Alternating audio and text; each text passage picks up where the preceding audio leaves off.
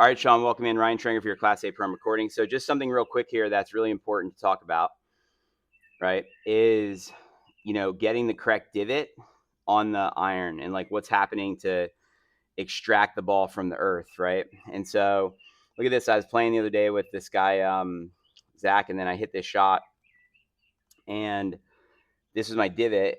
Yep, so here's Zach. You can see the T's in the ground and the divot's there. That's what you want each time. So the ball was there, and I hit the grass here. You see, and the target's over this side. You know what I mean? Remember? See, look, watch the target's over there, right? And so, how does it happen? Right? Is because of how I'm transferring my weight, and because of how I'm letting the weight of the head fall. So here, switch with me real quick. So I go soft arms, so that my arms are in the triangle, but they're relaxed.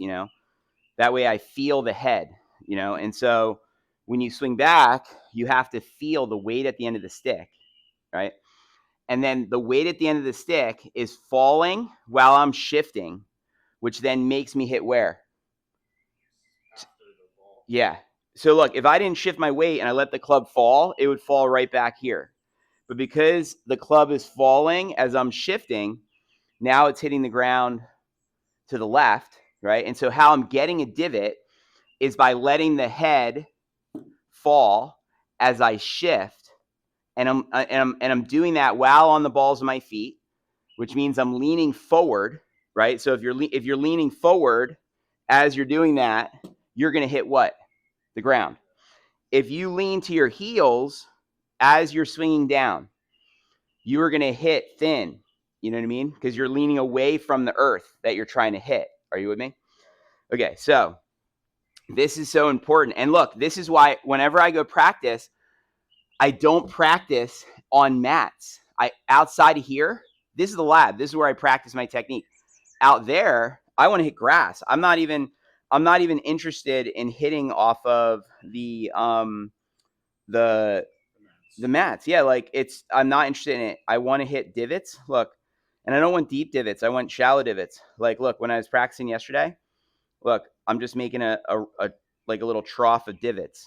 You see, and you want to be making a divot pattern, and you want to go to the grass range, and you want to do what's called a divot pattern, golf divot pattern. Look, people do this that have a lot of time. I don't have that much time.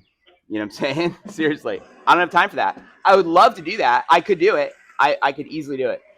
I just don't have time. I usually get one row, and I'm out, like the fat kid dodgeball, as the joke is. You know what I'm saying? Right? But look at this. Look, this is where, look, see the line? Where are we hitting, right? Where do we want to hit? We want to hit, this is a nice one, number 1 here. Look, where's the divot? Yep, and slightly inside out. This one, the person hit the grass before the ball. This one, the path looks left to me. It looks like they swung across the ball, right? And then this one, this is ridiculous. This was on top of it. Like the guy hit the top of the ball, right? And so people put lines on the ground. You could get that powder spray, put it there, but you have to be taking divots. That started to spook us in the round. Is like you weren't getting the right turf club interaction, we call it. You know what I'm saying? And so that's why I wanted to cover this immediately today. Now, watch this. Let's take a look, man. Let's see what's going on here. Now, the pressure data tells us a lot. Now, this is good to see that the line of pressure is going across and then down. That is the right concept. And then let's take a look here. Arm position's good. You got the arms in the triangle position. Okay. Let's see. The V's of the grip. Look. Good. Ball placement. Good. Foot position. Okay. Yeah, so this looks like you're ready. Okay, now from here, let's put some lines up on the screen. I was checking my form this morning. It's like you got to keep looking at the swing cat and seeing what it's telling you, and then try again. That's like an endless game we play. All right, now let's see how you're doing with the plane. Because remember, we have to make the club head travel a certain way. Are you with me? Okay, so you're going on the inside, going back here, under the plane, we say. All right. And then as you come down, let's take a look here where the plane goes. Okay, so wrong pattern. See how the club's going this way and then that way? That's part of the issue here. So remember, when we do this, the modern swing path, right? It has to be how? It's up and then where? Yeah, straight back and then inside out, man. This is like got to be a theme. Where's that example here? This. Right. Yeah. So look, we need this. We need to go up and then under. Okay. So we're going to be doing that in a moment. Now, the other thing happening here, look, and we have to figure it out. Why does your head drop forward? Do you see where your head's going on the left? Okay. We need to figure out why you're moving down like this. That's danger. Because if you swing from there, think about it. If you get lower and then you swung, you're going to hit what? Way too much ground. So now you're in a place where now your brain's like, uh-oh. And then you have to do what? You have to then come up. So then you're going up when we're trying to be going down to hit the divot. You with me? So then you're coming away from the earth instead of going toward it. I would say, if anything, I start tall, and then during the swing, I get more left and probably lower because I'm trying to hit down and I'm trying to de-loft my club. I don't want to add loft to my club. Are you with me? So that's our other thing. We got to do the plane and the head. Okay. And then let me see here. Now, the positive, and this is great to see, our positive is that you're shifting left. Look how far left you've gone. That part is good. The problem here is, look where you are. You're on your left heel. Now, once again, if you lean toward your heel early, your club is doing what? Exactly. Now watch this. This is what's wild about the swing. About a month ago, I shot 500 to Lega, and I was smart. I was like, I better go in the studio and like video my swing.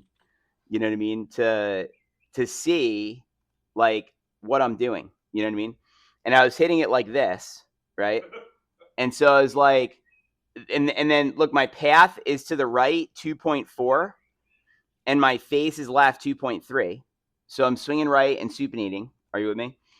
And then watch this. If we go over here, I'm on the balls of my feet at the start, right? Then at the top, balls of my feet also. Look, 50-50 pressure. You see it?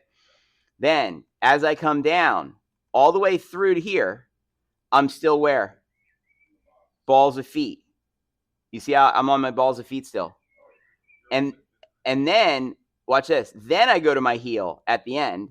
And then it's also worth noting at the top of the swing that my head is not going down. Look where my head is. And then it goes down. Look, if anything, I get lower on the way in. You know what I mean? But it's really because I'm going this way. I'm going left. Are you with me? So what we need to do ASAP, we got to get you on the balls of your feet. Number one, we got to figure out the head falling forward, and we got to get the plane. Okay? Those are the three things we got to do right away. What's encouraging is this. Look, your club face, you can square the face. So the face, you're able to square it. Look, it says 0.1 left. So you can actually square the club face, but these other things are causing trouble. Okay, so that's what we're going to focus on here today. Balls of feet, your head falling forward, and your swing plane. Are you with me?